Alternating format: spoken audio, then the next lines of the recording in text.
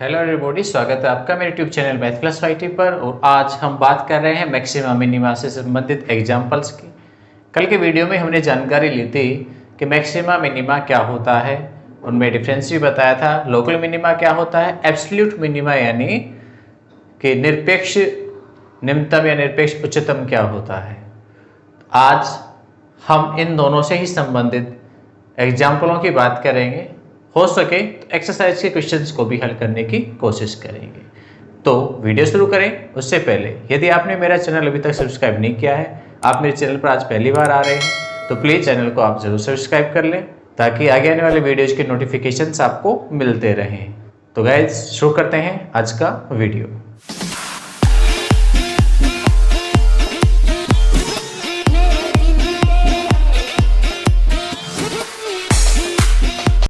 देखिए हमारे पास एग्जाम्पल 20 से कहता है उच्चतम व निम्नतम मान ज्ञात कीजिए यदि वो उपलब्ध हो तो। हम ए पार्ट हम पिछले वाले वीडियोज में सोल्व कर चुके हैं। बी पार्ट है हमारे पास y बराबर 9x² प्लस में 12x और प्लस में 2। हम इसके लिए थोड़ा सा बदलाव करें तो क्या हम इसे 3x² और प्लस में 2 कोष्टक 3x और गुणा में 2 हो जाएंगे 12 और प्लस में 2 का स्क्वायर यानी 4 हम इसमें जोड़ देंगे और 4 घटा देंगे, 2 पहले से है। तो यहां तक का जो मान है आप उस पर गौर करें तो बनता है 3x प्लस में 2 का होल स्क्वायर और आगे बचता है माइनस में 2। ठीक है, अब इस y को ध्यान से देखिए। डिफरेंशिएशन करने के बजाय मैंने कल एक सेकंड मेथड बताया था, मैं उसी से कर रहा हूं क्योंकि हम ये जानते हैं कि 3x प्लस में 2 का होल स्क्वायर है वो ग्रेटर देन इक्वल टू 0 होता है, 0 के बराबर या उससे बड़ा होता है। यदि मैं इसमें कितना जोड़ दूं, माइनस का 2 दोनों पक्षों में, तो क्या बन जाएगा 3x प्लस में 2 का होल स्क्वायर माइनस 2 और इधर भी जोड़ेंगे तो माइनस 2। ठीक है, दोनों पक्षों में मैंने -2 ऐड कर दिया। ये क्या बना y, तो y का मान क्या मिला हमको, -2 के बराबर या उससे बड़ा। इसका मतलब क्या हुआ, या भी हमें y का निम्नतम मान मिल रहा है, ये मिनिमम है। बड़ा तो पता नहीं कितना बड़ा है आगे इन्फिनिटी तक, और इन्फिनिटी कोई वास्तविक संख्या है नहीं जिसे हम लिख दें। तो यहाँ पर निम्नतम मान तो पता है कि y का मिनिमम मान -2 है या उससे अधिक ही होगा, इसलिए y का निम्नतम मान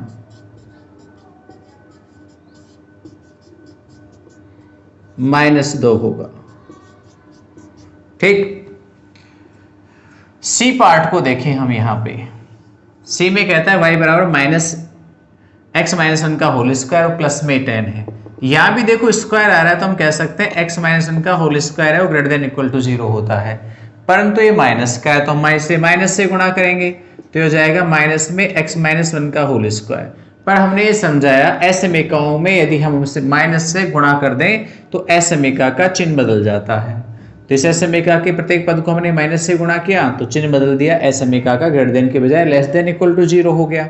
मेरे पास 10 भी जुड़ रहा है, मैं 10 भी जोड़ दूं दोनों पक्षों में तो ये हो जाएगा x-1 का होल स्क्वायर प्लस 10, तो इधर भी जोड़ देंगे। ठीक है, संख्याएं जोड़ने से कोई फर्क नहीं पड़ता है, असमीका वैसे ही रहती है। ये क्या बन गया y less than equal to 10, यानी y का मान 10 के बराबर या उससे कम है या छोटा है, तो ये मैक्सिमम मान है। y का मान 10 के बराबर या उससे कम, इसका मतलब 10 से कम हो सकता है या उसके बराबर हो सकता है, ज्यादा नहीं हो सकता।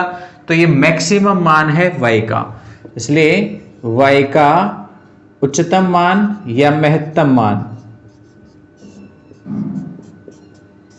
10 होगा। ठीक है, और आप चाहें तो थर्ड पार्ट के बारे में, वो फोर्थ पार्ट है डी, उसके बारे में भी बात कर सकते हो। y बराबर में x³ प्लस 1। देखो x³ है, हम ये जानते हैं कि x का मान, x क्या है, वास्तविक संख्या होती है -∞ से प्लस इन्फिनिटी के बीच। यदि मैं इसका क्यूब करूंगा तो इन्फिनिटी के लिए तो क्यूब क्या होगा, इन्फिनिटी के लिए क्यूब कुछ भी नहीं होगा, एज इट इज ही रहेगा। तो प्लस इन्फिनिटी का प्लस इन्फिनिटी रहेगा, माइनस इन्फिनिटी के लिए माइनस इन्फिनिटी रहेगा, x का x³ बन जाएगा। फिर उसमें एक और जुड़ रहा है तो मैं दोनों पक्षों में एक जोड़ूंगा, इन्फिनिटी में एक जोड़ेंगे तो क्या रहेगा, इन्फिनिटी ही रहेगा, और x³ में एक जोड़ देंगे और यहाँ पर प्लस इन्फिनिटी में एक जोड़ेंगे तो इन्फिनिटी ही रहेगा। ये y बन गया। तो y का मान क्या मिला हमको, y का मान -इन्फिनिटी से प्लस में इन्फिनिटी के बीच में, पर इन्फिनिटी तो कोई वास्तविक संख्या नहीं होती। इसका मतलब ना तो हमें यहाँ पे कोई वास्तविक संख्या मिली ना यहाँ पे मिली, अर्थात यहाँ y का कोई भी उच्चतम या कोई भी निम्नतम मान नहीं होगा, क्योंकि इन्फिनिटी तो क्या है, अनिर्धारित संख्या है, हम इनको वास्तविक संख्या नहीं कह सकते। तो कोई वास्तविक मान नहीं मिला, इसलिए कहेंगे यहाँ कोई उच्चतम और कोई निम्नतम मान नहीं है। आप चाहे तो डिफरेंशिएशन करके भी इस प्रोसेस को प्राप्त कर सकते हो, ये वैल्यूज आपको वहां भी मिलेंगे। ठीक है, तो चलिए नेक्स्ट एग्जांपल देखते हैं हम 31। निम्न फलनों के उच्चिष्ट व निम्निष्ट मान ज्ञात कीजिए। फर्स्ट पार्ट है x to power 5 minus 5x to power 4 plus 5x cube minus 2। तो यहाँ से उच्चिष्ट और निम्निष्ट दोनों ही मान निकालने हैं हमें। तो चूंकि हमको मिला है y equal to x to power 5 minus 5x to power 4 plus में 5x क्यूब माइनस 2, डिफ्रेंशिएट करेंगे हम इसे तो क्या हो जाएगा, dy by dx equal to 5x to power 4 minus 20x cube और प्लस 15x स्क्वायर, 3 गुणा 5 15, और माइनस 2 का डिफ्रेंशिएशन 0 हो जाएगा। ये मान हमें मिला। हम इसे dy बाई dx को यूं भी लिख सकते हैं, 5x स्क्वायर कॉमन ले लेंगे तो x स्क्वायर यहां से माइनस के 4x और यहां पर प्लस का 3 मिलेगा। ये डिफरेंशिएशन हो गया आपके पास। ये इक्वेशन फर्स्ट है, ये फर्स्ट डिफरेंशिएशन इक्वेशन सेकंड है। अब हम dy बाई dx को 0 के बराबर रख के चरम बिंदु या कहें तो एक्सट्रीम पॉइंट ज्ञात करेंगे। तो dy by dx equal to 0 से क्या मिल जाएगा, 5x square, x square minus में 4x प्लस 3 बराबर 0, या फिर कह सकता हूं 5x स्क्वायर इक्वल टू 0 व एक्स स्क्वायर माइनस में 4x प्लस में 3 इक्वल टू 0, या गुणनखंड करेंगे तो क्या क्या मिलेंगे, एक्स स्क्वायर माइनस में x और माइनस में 3x और प्लस में 3 बराबर 0, x कॉमन लेंगे x माइनस 1, माइनस का 3 कॉमन लेंगे तो भी x माइनस 1। तो ये गुणनखंड हो गए x माइनस 1 और x माइनस 3। यहां से हम बात करें तो x की एक वैल्यूज मिल जाएगी 0, ठीक है, प्लस माइनस 0 कहें या 0, और बाकी यहां से मिलेंगे। इन वैल्यूज को 0 के बराबर रखेंगे तो x के 2 मान और आ जाएंगे, कितना कितना 1 और 3, तो x के 3 मान हो गए। तो 3 चरम बिंदु हमको मिले, क्या क्या, 0, 1 और 3, ये 3 चरम बिंदु है। सेकेंड ऑर्डर डिफरेंशिएशन करेंगे तो समीकरण 2 से हम एक और डिफरेंशिएशन करते हैं, d square y upon d x square. तो क्या मिलेगा, 5, एक और डिफरेंशिएशन करेंगे तो कितने हो जाएंगे, यहाँ पे 5 चौक 20x क्यूब, यहाँ करेंगे तो 20 × 60 माइनस के 60x स्क्वायर, और यहाँ पे करेंगे तो ये हो जाएगा 30x। ठीक है, अब हम इसमें वैल्यूज पुट करना शुरू करते हैं। सबसे पहले x बराबर 0 को रखेंगे, x बराबर 0 पर d square y upon d x square equal to 0, यहाँ पे रखेंगे तो सारे में x आ रहा है तो सारा मान 0 हो जाएगा। अब ये 0 हो गया तो हम इस बिंदु के लिए और आगे बात करेंगे। ये सेकंड डिफरेंशिएशन था, हम इसका एक और डिफरेंशिएशन करेंगे, d cube y upon d x cube. Third differentiation कितने होंगे, 20 × 60 एक्स स्क्वायर, यहाँ हो जाएंगे 120x और ये हो जाएंगे प्लस के 30।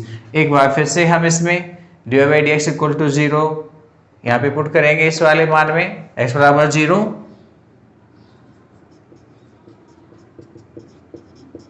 x बराबर 0 पर d cube y upon d x cube, कितना मिलेगा, पहला 0 हो जाएगा, दूसरा 0 हो जाएगा, प्लस का 30, 30 का मतलब greater than 0, it means not equal to 0, 30 है वो 0 नहीं है। और हमने कहा था कि जब आपके पास यहाँ पर विषम कोटि का अवकल गुणांक हो, उस कंडीशन में नॉट इक्वल टू 0 वैल्यूज मिलती है तो बिंदु नति परिवर्तन बिंदु कहलाता है।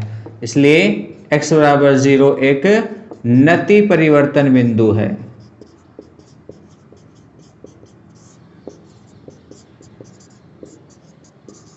ठीक है, अभी हमारे पास दो और भी बच रहे हैं 1 और 3, उनकी भी जांच करेंगे। एक बार आप स्क्रीनशॉट ले लीजिए। x बराबर 0 पर हमने जांच कर ली, अब जांच करते हैं x बराबर 1 पर। तो x बराबर 1 पर d square y upon d x square का मान कितना होगा, 1 पुट कर दीजिए सभी जगह। तो यहाँ पे होगा 20, नेक्स्ट में होगा 60 और यहाँ पे होगा 30। कितना बचा आपके पास, माइनस का 10, और माइनस 10 कैसी राशि है, लेस देन 0, यानी second order differentiation less than 0 हो तो बिंदु कैसा होता है, उच्चिष्ट बिंदु होता है। इसलिए x बराबर 1 पर y का मान उच्चतम होगा, y का उच्चतम मान हम प्राप्त कर लेंगे। कितना मिलेगा, यहां पे रखेंगे y बराबर 1 माइनस 5 प्लस 5 माइनस 2, ये कट जाएंगे, -1 आपके पास उच्चतम मान है। ठीक है, यहां 1 रखेंगे तो 1 रहेगा, यहां 1 रखेंगे तो ये 5 ही रहेंगे, यहां 1 रखने से ये भी 5 ही रहेंगे, 5 से 5 कट जाएंगे, 1 माइनस 2 तो -1 आपके पास उच्चतम मान है यहां पर। नेक्स्ट x बराबर 3 पर और जांच करेंगे। वे x बराबर 3 पर d square y upon d x square का मान कितना होगा, ये रहा, यहां पर रखिए 3, 20 गुणा 3 क्यूब माइनस में 60 गुणा 3 का स्क्वायर प्लस में 30 गुणा 3, सरल कीजिए, 27 दूनी 54, 540 माइनस 9 को 6 से करेंगे तो 9 6 54, 540 और प्लस में 30 दिया 90, ये कट जाएंगे और 90 कैसा मान है, ग्रेटर देन 0। और जो हमने बताया था सेकेंड ऑर्डर डिफरेंशिएशन का मान ग्रेटर देन 0 हो तो बिंदु निम्निष्ट बिंदु होता है और उस बिंदु पे फलन का मान निम्निष्ट होगा। इसलिए x बराबर 3 पर y का निम्निष्ट मान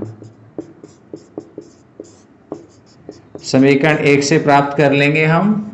y बराबर यहां पे रख दीजिए 3, तो 3 की घात 5 माइनस में 5 गुणा 3 की घात 4 प्लस में 5 गुणा 3 की घात 3 और माइनस में 2, 3 की घात 5 कितना हो जाएगा, 243 के 29। तो ये आपके पास निम्नतम मान है।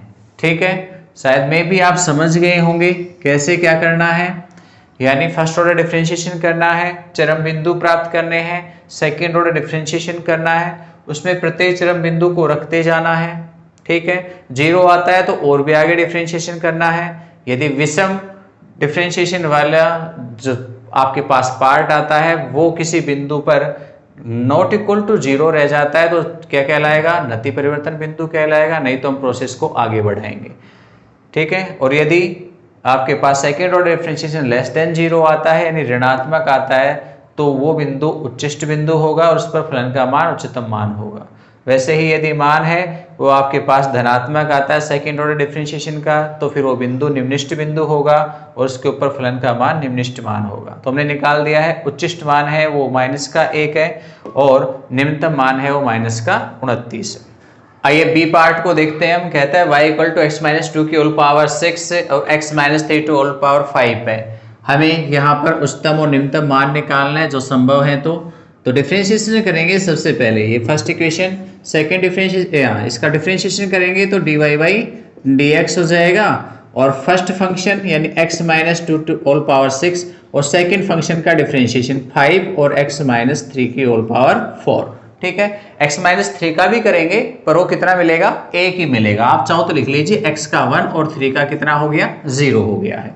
फिर प्लस हम करेंगे second function x minus 5 to whole x minus 3 to whole power 5 और फर्स्ट फंक्शन का डिफरेंशिएशन करेंगे। तो पहले वाले फंक्शन की घात कितनी है, घात नियम लगाएंगे तो 6 और एक घात कम हो जाएगी 5 और x माइनस 2 का डिफरेंशिएशन कितना आएगा, x का 1 और 2 का 0 हो जाएगा। तो सरल कीजिए, कितना बना 5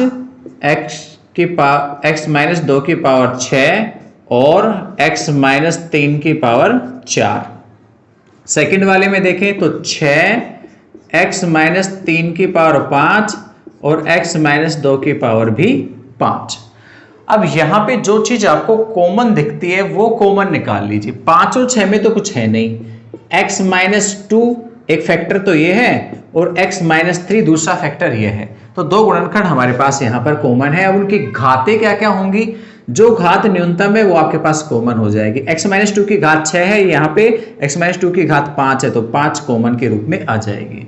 x माइनस 3 की घात 4 है और 5 है तो 4 कॉमन के रूप में आ जाएगी। अब क्या क्या बच गया उसे लिखता हूं मैं यहाँ पे। फर्स्ट में बचेगा 5 और एक बचेगा x माइनस 2 का गुणनखंड। तो 5 को x माइनस 2 से गुणा कर देंगे, 5x माइनस का 10 हो जाएगा। इस वाले में देखें, एक तो बचेगा 6 और साथ में x माइनस 3 का एक गुणनखंड, क्योंकि x माइनस 3 की घात 4 ही हमने कॉमन लिया है तो एक घात रह जाएगी।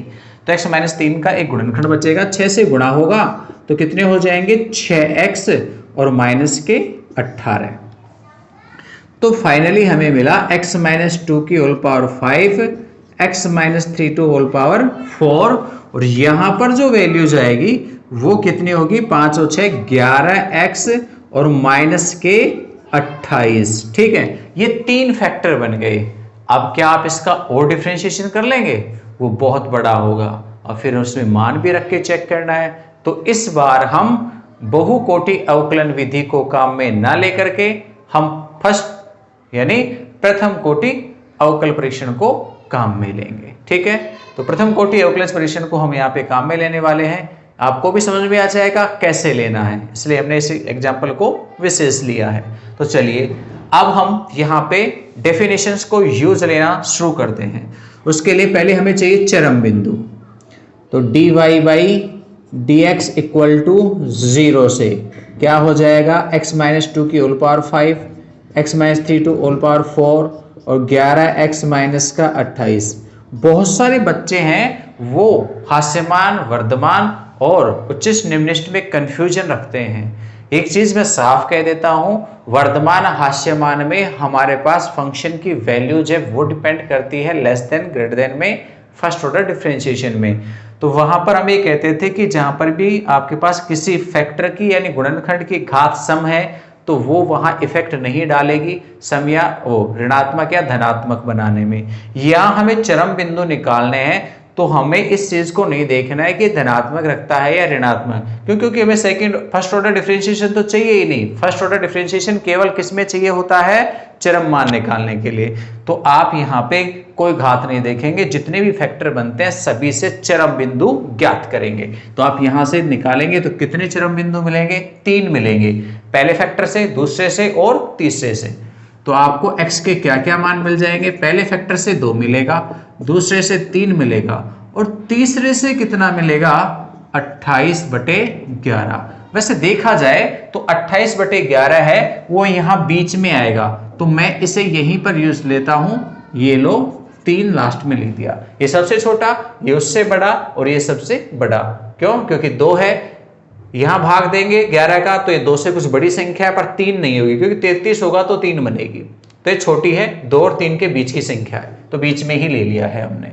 अब हम जांच करते हैं x बराबर 2 के सामीप्य में।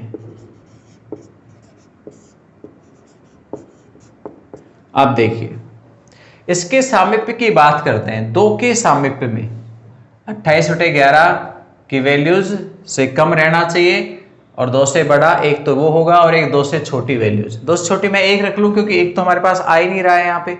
तो हम f डैश आपके पास जहां पर भी है f, ये रहा dy बाई dx जो हमने निकाला, ये है फाइनली यहाँ पर dy बाई dx। तो नंबर 2 डाल देता हूं मैं इसे। ये सामीप्य में x बराबर 1 पर, ये केवल समझाने के लिए, बाकी आप खुद वैसे ही लिख सकते हो, रेफर करके भी चेक कर सकते हो। मैं यहीं पे समझा रहा हूं। x बराबर 1 रखेंगे तो dy बाई dx या कहें तो f डैश 1 कितना मिलेगा, इसकी वैल्यूज कितनी आएगी पुट कीजिए। इसमें x की जगह पर 1 रखेंगे, यहां 1 रखेंगे तो 1 माइनस 2 कितना आ जाएगा। फिर नेक्स्ट में 1 माइनस 3 की घात 4, फिर आगे 11 गुणा 1 माइनस में 28। यहां देखिए ये जो वैल्यूज है वो है नेगेटिव, मैं केवल साइन यूज लूंगा क्योंकि मुझे केवल चिन्ह पता करने हैं, वैल्यू कितनी आ रही है कोई मायने नहीं रखती है।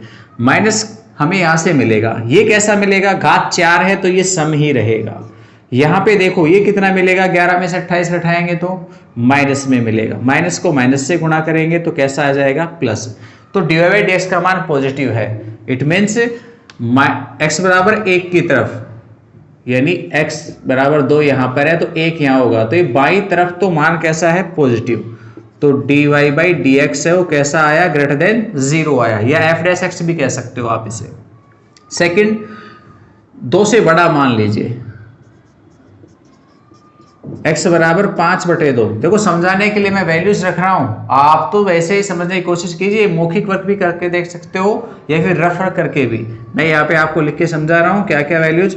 2.5 है वो 28/11 से छोटी संख्या है लेकिन 2 से बड़ी है, तो मैं 5/2 यानी 2.5 को यूज ले रहा हूं यहाँ पे।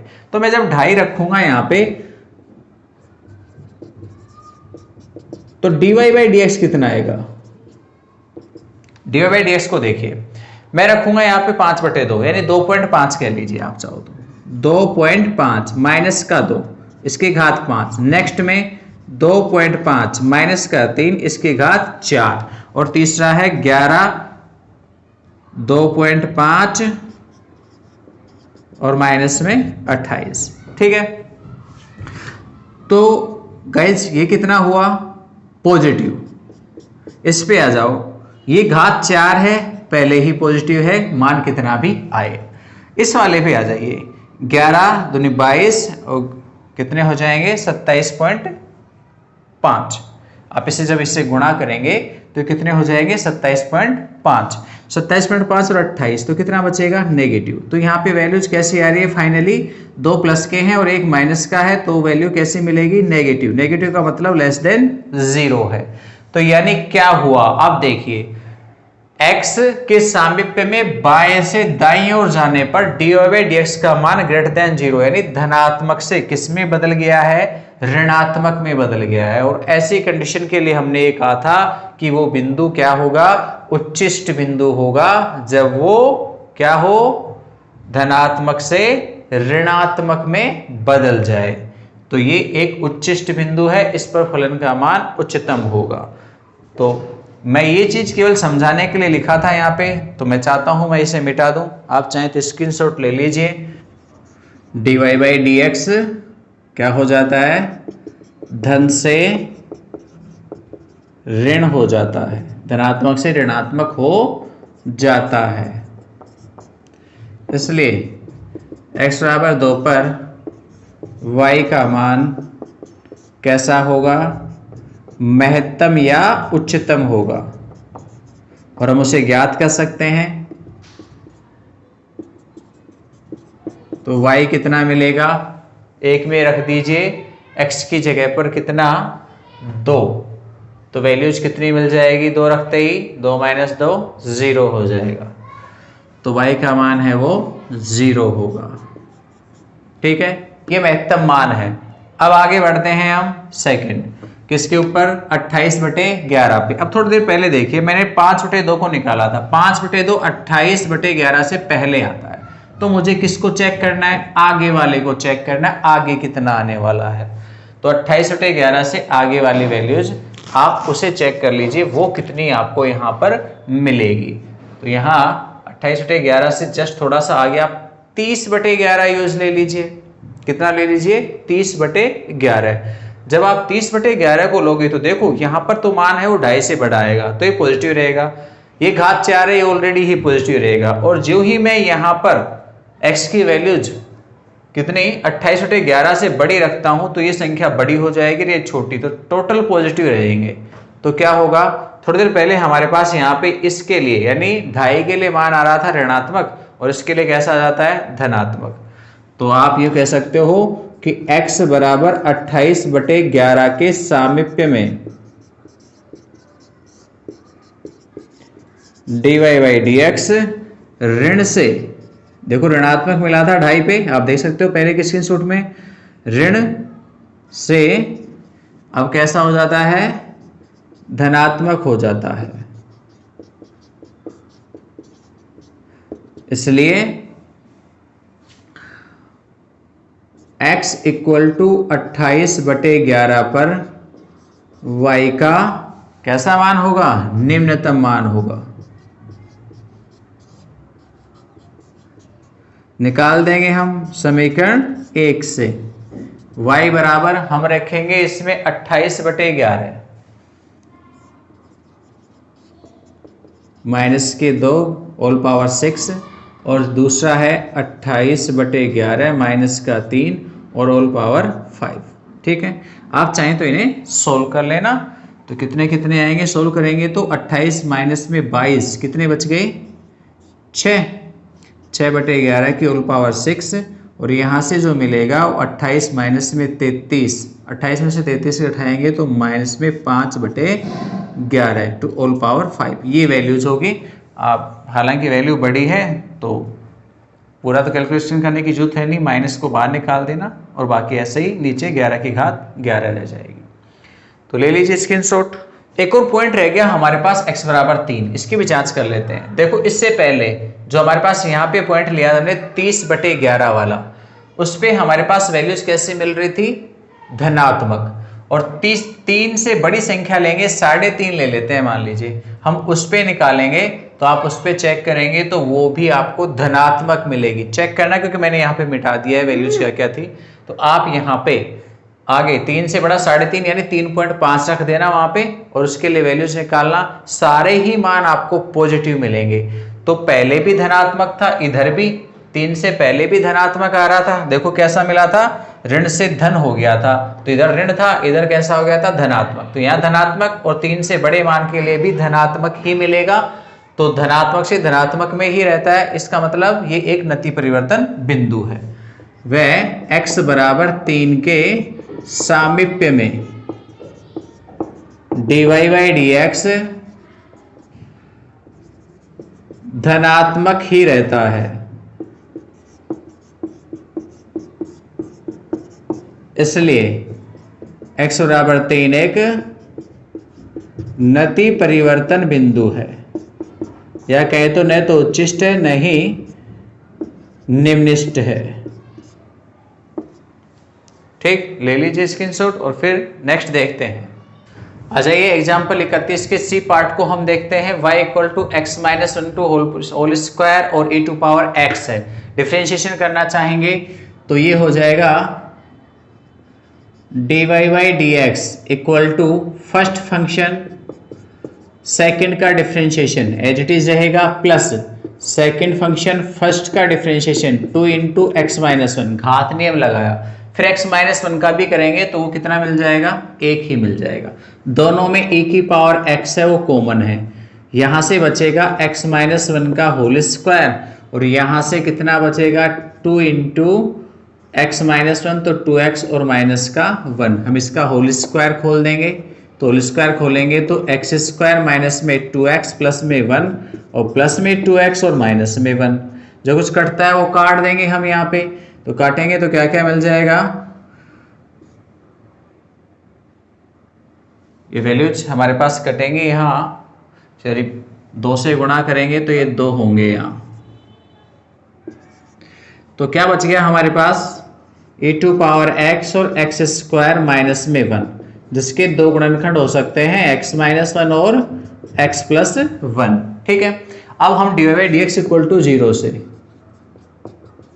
चरम बिंदु निकालेंगे। तो एक चीज तो कॉमन है कि e टू पावर x है वो हमेशा ग्रेटर देन 0 राशि होती है, 0 भी नहीं होती है। तो ये तो धनात्मक है, कभी 0 के बराबर नहीं हो सकता, तो बाकी तो 0 के बराबर होंगे।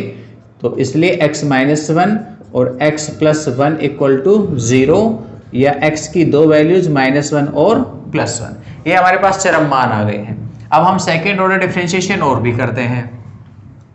ये समीकरण 1 है और ये डिफरेंशिएशन करने के बाद हमें मिली तो समीकरण 2 कह लीजिए। और अब समीकरण 2 से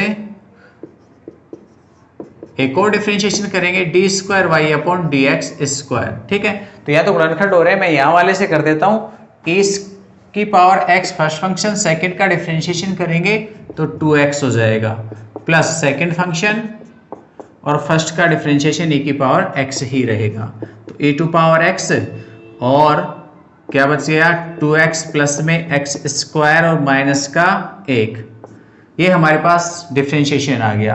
अब वैल्यूज पुट कीजिए। सबसे पहले x बराबर -1 पर क्या बनेगा, d square y upon d x square का मान चेक कीजिए कितना मिलता है आपको। रखेंगे एक, कितना रख रहे हैं, -1, तो 2 -1 प्लस -1 का होल स्क्वायर और माइनस में 1, ये हो गया 1/e, ये माइनस में 2 प्लस में 1 माइनस में 1, ये कट जाएंगे तो मान मिल गया -2/e। ठीक है, माइनस का है, लेस देन 0 है, इसलिए ये एक उच्चिष्ट बिंदु है। इसलिए x बराबर -1 पर y का उच्चिष्ट मान। ठीक है, सेकेंड ऑर्डर डिफरेंशिएशन है, वो माइनस का यानी लेस देन 0 है, इसलिए उच्चिष्ट मान होगा। क्या क्या होगा, समीकरण 1 से हम प्राप्त कर लेंगे x की जगह -1 रख करके, तो कितना होगा -1 का होल स्क्वायर और e⁻⁻1, तो कितना बन गया 2 -2 का होल स्क्वायर बटे में e, तो ये हो गया 4/e। ये उच्चिष्ट मान है हमारे पास। और हम निकालेंगे एक और बिंदु है x बराबर 1, उस पर भी जांच करेंगे। तो आप पहले स्क्रीनशॉट ले लें इसका थोड़ा सा।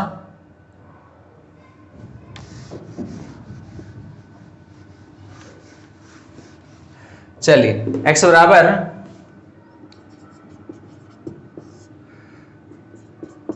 1 पर d square y upon d x square रखिए। ये सेकेंड ऑर्डर डिफरेंशिएशन x बराबर 1 पुट करेंगे तो e⁻1 2 × 1 प्लस में 1 का स्क्वायर माइनस में 1, ये दोनों कट जाएंगे तो ये मिल गया 2e, और 2e कैसी राशि है, ग्रेटर देन 0 है, इसलिए x बराबर 1 पर y का मान कैसा होगा, निम्नतम होगा, और वो कितना होगा, 1 से प्राप्त हो जाएगा। तो समीकरण 1 में x बराबर 1 रख दीजिए। 1 रखने पर 1 - 1 का होल स्क्वायर और e⁻1, तो ये हो जाएगा 0, तो ये वैल्यूज होगी 0। ठीक, तो हमारे पास ये मान आ गए हैं दोनों, क्या क्या होंगे वो हमने बता दिया है। आइए एग्जाम्पल 32 को हम देखते हैं। कहता है फलन 1/x का अधिकतम मान ज्ञात कीजिए। यहाँ पे फंक्शन ऐसा है जिसमें चरराशि की घात चरराशि है। ऐसी स्थिति में हम क्या करते हैं, डिफरेंशिएशन करने के लिए लॉग लेते हैं। तो हम इस फंक्शन को मान लेते हैं, माना y बराबर में 1/x⁴x, हमने क्या लिया, आगे लॉग ले लेंगे। लघुगुणक लेने पर क्या हो जाएगा, log y बराबर घात गुणा में और log 1/x। मैं चाहूं तो इसे यूं भी कह सकता हूं, x log x⁻⁻1, और ये घात वहां गुणा में चली जाएगी तो माइनस में x और log x। ये क्या है values, log y।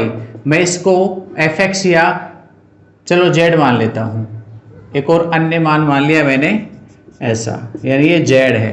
log y को क्या नाम दे दिया है, z नाम दे दिया है। ऐसे कोई फर्क नहीं पड़ने वाला है। ठीक है, तो आप ऐसा कर सकते हैं। यदि आपके पास फंक्शंस ऐसी कंडीशंस में है कि हमारे पास डिफरेंशिएशन हो ही नहीं पाएगा, तो आप उनमें बदलाव करते हैं तो एक नया फलन मान सकते हैं। जैसे आपके पास रूट का कोई फंक्शन है और डिफरेंशिएशन करने में हमें वहाँ दिक्कत होती है, तो आप उसका वर्ग कर लीजिए। वर्ग करने के बाद जो नया फंक्शन बनेगा, जैसे y है तो y² में कन्वर्ट होगा, आप उसको z बना देना नया। ठीक, तो ऐसा इस चीज़ से कोई इफेक्ट नहीं पड़ेगा वैल्यूज के ऊपर। तो चलिए अब हम बात करते हैं यहाँ डिफरेंशिएशन की। तो करते हैं सबसे पहले इसका डिफरेंशिएशन। तो क्या हो जाएगा, ये dz/dx, x के सापेक्ष डिफरेंशिएशन करेंगे फर्स्ट फंक्शन। सेकंड का हम डिफरेंशिएशन करेंगे log x का, तो 1/x, फिर प्लस में सेकंड फंक्शन, फर्स्ट का डिफरेंशिएशन -x का डिफरेंशिएशन होगा माइनस में 1, तो ये कितना हो गया, -1 और माइनस का ही log x। ये आपके पास dz/dx आ गया है। ठीक, अब dz/dx से हम चरम बिंदु निकालेंगे। dz/dx = 0 से क्या हो जाएगा, -1 माइनस में log x इक्वल टू कितना होगा, 0, या फिर हम यूं कह सकते हैं माइनस का log x बराबर में 1। अब मैं इस घात को यूं लिख सकता हूं, ये जो माइनस है इसको घात बना सकता हूं इस प्रकार से, ठीक है, और 1 को लिख सकता हूं log e।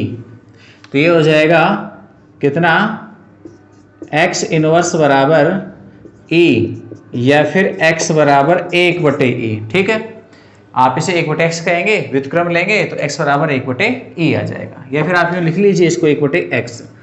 तो ये x का मान आ गया हमारे पास, एक बिंदु हमको मिल गया, चरम बिंदु। अब सेकेंड ऑर्डर डिफरेंशिएशन भी करते हैं हम। ये तो हमारे पास था फर्स्ट ऑर्डर डिफरेंशिएशन, फिर सेकेंड करेंगे। ये फर्स्ट, ये इक्वेशन 2, वह 2 से एक बार फिर डिफरेंशिएशन किया जाए तो d²z/dx²। तो 1 का तो हो जाएगा 0 और log x का हो जाएगा 1/x। अब हम इसमें रखेंगे ये मान x बराबर 1/e पर d²z/dx²। क्या मिलेगा? आप x की जगह रख दीजिए 1/e, तो क्या आ जाएगा -1/1 और e आ जाएगी ऊपर, तो माइनस में e, और ये कैसी राशि है? Less than 0। Second order differentiation का मान लेस देन 0 है इस बिंदु पर, इसलिए इस बिंदु पर फलन का मान उच्चिष्ट होगा। x बराबर 1/e पर y उच्चतम होगा। और अब में भी शायद आप y को निकाल सकते हो। क्या करेंगे? ये जो y है इसमें x की जगह रखेंगे कितना? 1/e। तो जगह है नहीं, चलिए यहां पे रख देता हूं। 1 से y बराबर 1/x यहाँ पे आ रहा था। देखो 1/x का मान 1/x है, ये इनवर्स को लिखते हैं हम 1/x। तो ये 1/x का मान है e, तो वहां पर 1/x है, उसकी जगह पर तो e, और इसकी घात x की जगह पर 1/e। तो ये हमारे पास क्या आ गया? उच्चतम मान आ गया है। ठीक है, तो गाइज स्क्रीनशॉट ले लें। तो आज हमने यहाँ पर 3 एग्जाम्पल सोल्व किए हैं। क्वेश्चंस थोड़े बड़े हैं, इसलिए थोड़ा सा ध्यान रख करके करें, कहीं गलतियां हो जाएं। छोटी मोटी गलती होंगे तो आप फिर उन्हें पकड़ नहीं पाएंगे, प्लस माइनस की ही मोस्टली गलतियां होंगी, या डिफरेंशिएशन करते वक्त थोड़ी बहुत गलती हो सकती है कि आप किस चीज़ को भूल जाएं। तो थोड़ा सा ध्यान रख करके डिफरेंशिएशन करें। मेथड सभी जगह एक जैसा ही है। दिए गए फंक्शन का डिफरेंशिएशन कर लीजिए, डिफरेंशिएशन करने के बाद उसे 0 के बराबर रख के चरम मान निकाल लीजिए, सेकेंड ऑर्डर डिफरेंशिएशन कीजिए। फिलहाल के लिए इजाज़त दीजिए, नेक्स्ट वीडियो में मिलेंगे, तब तक के लिए बाय, थैंक यू।